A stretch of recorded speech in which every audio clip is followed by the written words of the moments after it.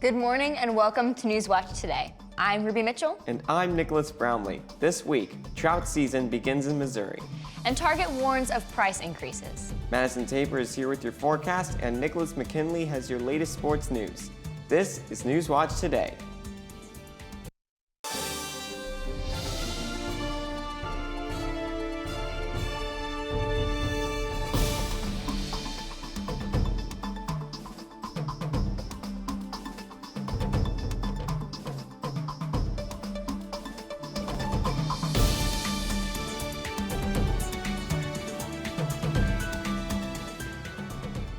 Thanks for joining us this morning. Standing by is our weather anchor, Madison, to give us the first look at the forecast.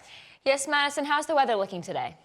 Yes, we had some cold weather yesterday with a little bit of snow, but today and the rest of the week looks like we're getting back into that spring-like weather. Today's current conditions feels like 32, and it is 32, and it feels like 28 degrees with a wind of 5 miles per hour. And overall today, it's going to be a high of 51 with a wind of 15 miles per hour. So you're going to feel that wind when you're walking out there, so just be aware of that. But as we go into the rest of the week, we're going to get some more warmer weather, but we'll see that in my full forecast, so back to you guys. Thanks, Madison. I'm hoping we see more spring weather soon. Me too, and I'm hoping it gets a little bit nicer than it was yesterday. 5 days ago, Missourian Governor Mike Kehoe cast the first line at the Roaring River State Park, commencing trout fishing season. Kehoe did this to encourage Missouri to come together and experience the fun of fishing. Merrimack Spring Park, Bennett Spring State Park, and many other parks are all participating in the season within the state. Trout fishing season is set to end in October 31st. Target warns on Tuesday that prices will increase following the tariffs put in place by the Trump administration. 25% tariffs on Mexico and Canada went into effect on Tuesday, and tariffs on Chinese imports increased from 10% to 20%. These three nations supply roughly 40% of America's goods by value. Canada and China have retaliated with tariffs on American exports, and Mexico plans to announce retaliatory measures. Target's CEO says that price increases may happen much sooner than expected. Last Tuesday, several students showed off their skills on the stage at EU Icons prelims. With a total of 14 act auditions, both individuals and groups used their talents to impress the judges from AB. Through this, acts like Noah's Ark were hoping to get a spot in the finals. The people attending this event included friends of the performer as well as casual spectators. No matter why they attended, all will be wondering who will make it to the final round of the performances. The final EU Icons event, where students can vote for their favorite act, will be on Saturday, April 5th in Spence Chapel at 7 p.m. Dr. Paul Lewis, professor at the Assemblies of God Theological Seminary, has co-authored the third volume of Baker Academic's textbook series, Foundations for the Spirit-Filled Christianity. The book, Introduction to Biblical Interpretation, Participating in God's Story of Redemption, was co-written with Jacqueline Gray, professor at Alpha Crucis University College in Sydney, Australia. The book makes biblical interpretation and application accessible to beginning students and offers practical insight for ministry leaders today. You can access the book through Amazon and Baker Academic. Past week, Evangel hosted its second annual Dude Night. Preston Rosenberg has the story. Friday night, a group of students gathered for the second annual Dude Night. It was an evening filled with fun, fellowship, and meaningful time spent with fellow brothers in Christ. Vice President of Student Development Mark Insminger says it sparked from guys expressing a need after seeing the women participate in Made for More. Dude Night really came out because a couple years ago, when I was first year on campus, the ladies were doing Made for More, and we had guys saying, why aren't we doing anything for guys? So last year we thought, all right, they're doing it again, we might as well do something, and we threw out the 3-on-3 tournament and a couple of different activities. This year we had a little bit more time, a little bit more buy-in from it, and so it came up tonight to have the remixed or the revived Dude Night. Dude Night Revived gave the young men of Evangel the opportunity to hear wisdom from godly counsel, worship with each other, have breakout discussions, and lift up the arms of their brothers.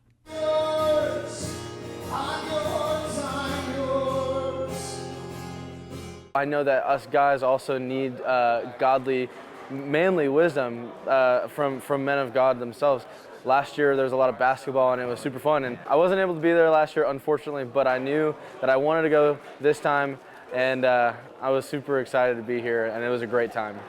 Insbinger says it was his goal to create a fun environment while still covering difficult topics that need to be discussed. It just really helps the night to be very meaningful. And some of the topics we cover, human sexuality, fatherlessness, just all those things can become heavy topics. And so to create a little bit of a lift and help it become meaningful, we wanted to have some fun moments together. Bryson Rosenberg reporting here for EUTV. A prolific blood donor died at age 88.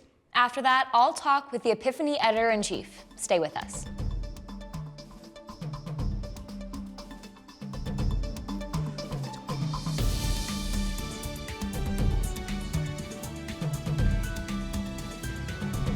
In foster care, I never knew when I would have to move, so I always had my suitcase ready to go.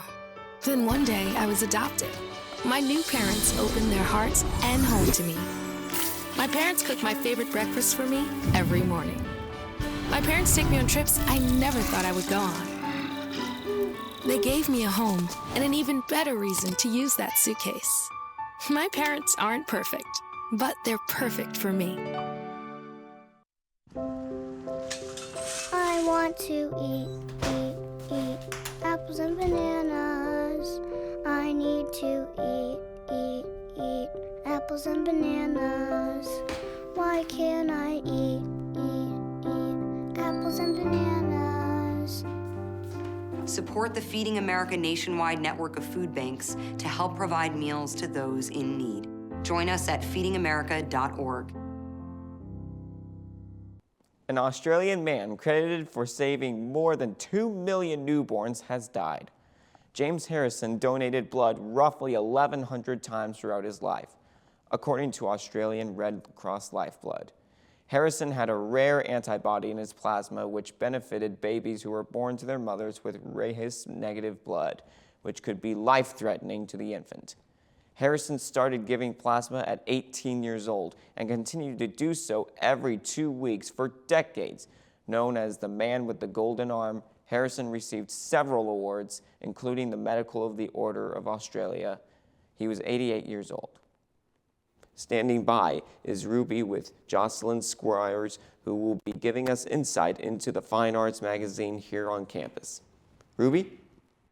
Yeah, thanks, Nick. With us today is Epiphany's co-editor-in-chief, Jocelyn. Jocelyn, thanks for being with us today. Hi, thanks for having me. So we're just going to ask you a few questions about the magazine. So as somebody who's not inside that department, could you explain to us kind of what that magazine is and what that's like?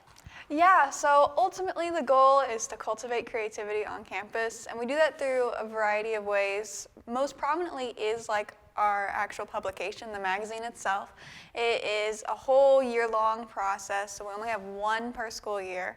We will compile student works, whether it be art, whether it be poetry, sometimes excerpts from their longer works or short stories. Also competition winners from the previous year will go in as well. We've dabbled with the idea of potentially using QR links in the future for music. We've not made that step yet. But if you're watching and you have music in the future, you could hook up with Professor Friesen and we could probably work out a QR link. We also do coffee houses. Those are open mics. We do them 3 times a semester. There's usually like a theme. It's a 2-hour event where you get to read and show off your work to just kind of like gauge audience reaction.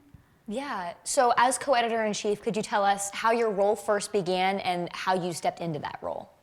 Yeah, so I got involved with Epiphany as a freshman several years ago. I just wanted to get into poetry and like understand it so much better, and I feel like I do now for sure. And so I started by joining the poetry team and helping set up for coffee houses, and so I got to learn how to like really think about poetry really well. And then after that, I started leading the poetry team, and I was asked to be an assistant editor, which is the position that is training under editor-in-chief. And now this year, Natalie and I are editors-in-chief, so. That's awesome. So as somebody who gets a really good look at the community surrounding this magazine, could you give us a glimpse into what that looks like and who you have the pleasure to kind of get to know through this magazine? Yeah, so I feel like the coffee house community can get pretty tight-knit. And so as much as we enjoy when we have like a really big turnout, we also have found a way to just really enjoy when it's just a handful of us, because we've all just gotten really comfortable with each other. And so we can, when there's more people, you know, you can engage with like your funnier pieces. I've got a slug story I like to pull out. When it's just a small community, we can get a little bit more personal, and we can say, here is this, I've shared my heart in this story, and I want to share it with you too. And so it's just been a blast to like get to know people in like these really like intimate ways, like spiritually and socially. And then you just kind of get to work and coordinate with people. I feel like you're building good skills if you're on Epiphany, just in terms of like working with a team and communicating and such. Yeah. So what goes into creating this environment of Epiphany? What like little things go into that? I think first and foremost, like as one of the leaders, I just have to have a really good attitude about the whole thing, you know? Like I can't expect other people to have a good attitude if I don't have a good attitude. So I always make sure to show up to the coffee houses, you know, with my best smile on, willing to make people laugh and trying to get people comfortable. And then I just let other people kind of follow the lead, and, you know, going from there, it's just like, people aren't gonna like want to share if you yourself haven't shared, because it's a scary thing to do. And so a lot of it is like a give and take with trust. Yeah, and that's a beautiful way to lead, that is by leading through example and leading through just that kind of leadership is so beautiful. When is the next coffee house coming about? This Saturday. Awesome. So 7 p.m. in the barracks. The theme is comedy, so it's bound to be fun. In literature, comedy doesn't just refer to like laughs though. A lot of them oftentimes refer to just generally pieces that end in marriage, so there could be like a little romantic aspect in there depending on how other students take it. That's awesome. Could you give us a quick little idea of, if students are interested, how can they get involved with that? Yeah, so currently submissions are closed, but they will open up next fall, and they're usually like due a little bit before fall break. We also have competitions every semester. Right now, open, so you can submit to this, is the poetry competition. Awesome. So you have the opportunity to submit 2 free verse poems and 2 closed verse poems. Okay. And then earlier we had, this wasn't technically put on by Epiphany, but we also like to endorse it. There was like an academic writing competition. So that goes on over January. Okay. So, and then if you want to get hooked up with being on the team, showing up to a coffee house will connect you to the right people, because the editors-in-chief are going to be there. Professor Friesen's going to be there. If you can't, talking to Professor Friesen, she can get you talking to the right people. Awesome. Well, Jocelyn, thank you so much for talking about this and sharing that with the student body of Evangel. Thank you for having me. Thank you, thank you. Let's go back to the desk with Nick and Madison. Thanks, Ruby. So Madison, will we see any warm weather anytime soon? Yes, it looks like we're actually going to see some warm weather upcoming this week, but we'll see that in just a minute, so stay with us. That's a much better way to say it. Yes, stay with us.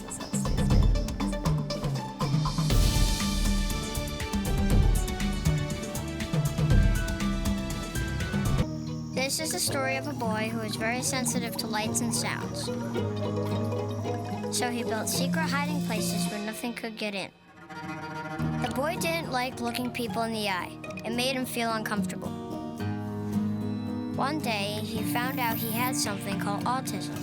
His family got him help, and slowly, he learned how to live with it better. Early intervention can make a lifetime of difference.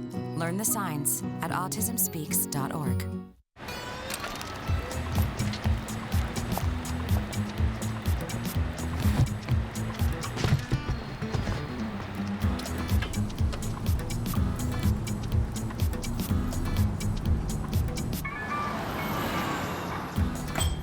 It's a short ride from your neighborhood to your naturehood.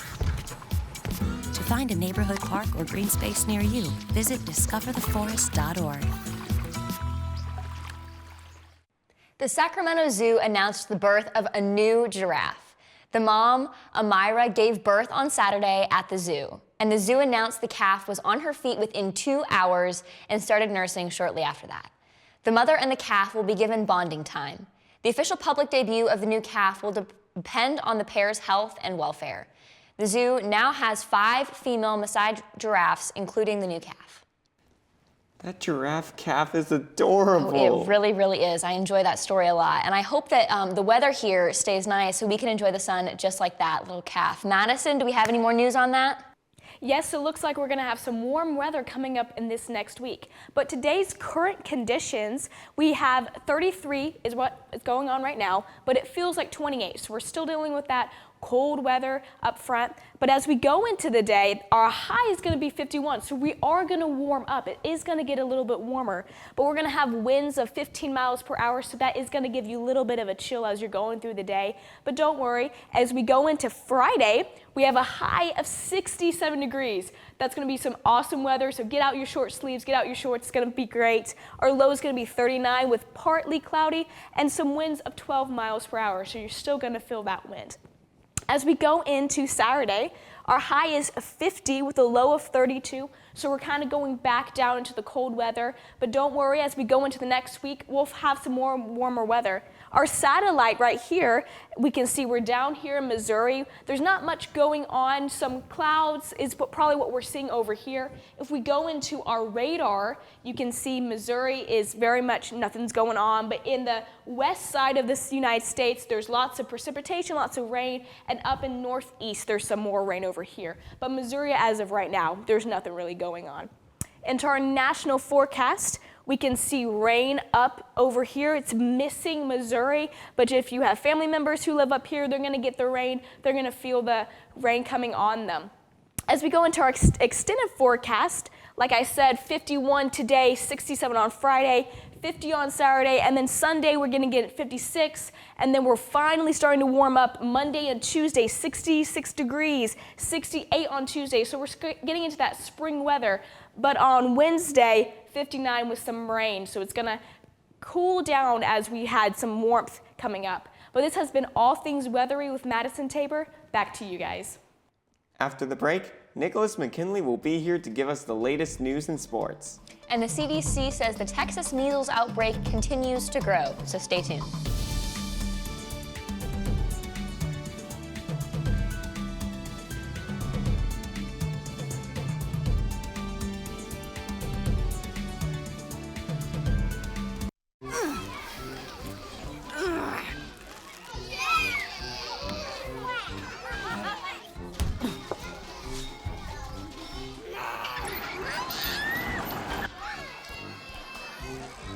If you love them enough to crawl into a play place to get them to come down,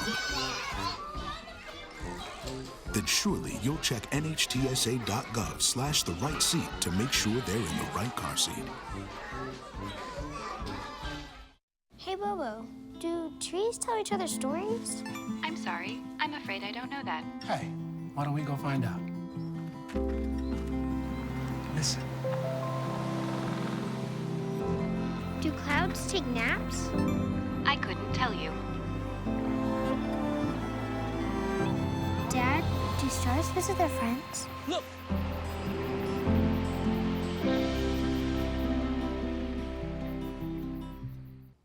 A measles outbreak in Texas has grown to 159 cases, and the CDC says it's now on the ground to respond. Texas officials said 22 people have been hospitalized. Most of them are in Gaines County, home to a large unvaccinated population last week. Texas announced the first death in the outbreak, an unvaccinated school-aged child with no underlying health conditions. It was the first measles death in the U.S. since the 2015 and the first in a child since 2003. Wow, I hope those numbers are able to start going down. Me too. Yeah. Nicholas McKinley has your latest sports news. Nick? Thanks, Nick. MLB third baseman Mike Moustakas announced on Monday that he will be officially retiring. Moustakas hasn't played in the league since 2023 when he shared a season between the Rockies and the Angels. Moustakas won't be retiring with either of those teams, however. Instead, he will sign a one-day contract with the Kansas City Royals so that he can retire with the team that originally drafted him in 2011. Moustakas played an essential role in helping the Royals win their World Series in 2015. His last official signed-on game will be on May 31st. The Dallas Mavericks have announced on Tuesday that one of their star players, Kyrie Irving, tore his ACL. Irving injured himself while shooting a layup against the Sacramento Kings on Monday. The event brings more heartache on the Dallas team as their other newly acquired star, Anthony Davis, is also out for injuries. While the Mavericks haven't ruled Irving out for the season yet, doctors say the recovery for a torn ACL can take up to 6 to 9 months. The Evangel Valor track and field team ended their indoor season with an historic performance at the NAIA National Championship in Gainesville, Florida. Jacob Gillis and Delaney Miller both placed runner-up in their respective high jump championships. These two also earned All-American at the event, alongside Evangel athletes Autumn Nold and Devin Wright. Both the men's and women's team ended their season with some of the best performances that Evangel has seen, earning both teams a spot in the national top 25 rankings. The team will take 2 weeks off to prepare for the opener of the outdoor season, set to take place on March 15th at Fayette, Missouri. Now, back to you guys at the desk. Thanks, Nick. I'm excited that our Valor track and field team did so well in the championships. Me too. I'm also curious to see how Irving will recover from that injury. Yeah. We'll hear more about how an Evangel professor's passion for her students crossed hundreds of miles after this break.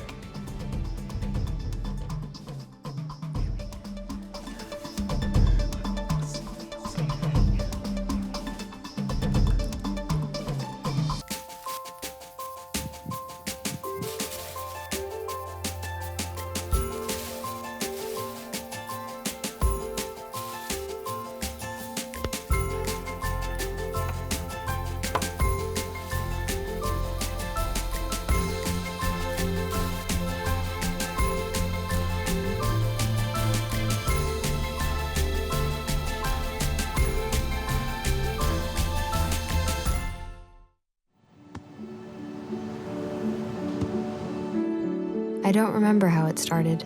Go to that. Our back and forth. It always came back. Dad! You probably don't remember what you told me, That was perfect. but I heard every word.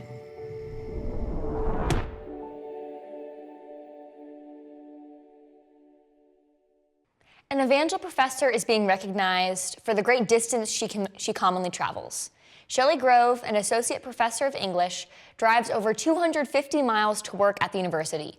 Groves commutes to Springfield, Missouri from her home in Oklahoma City during the weekends. During the week, she stays in an apartment in Springfield to be closer to campus.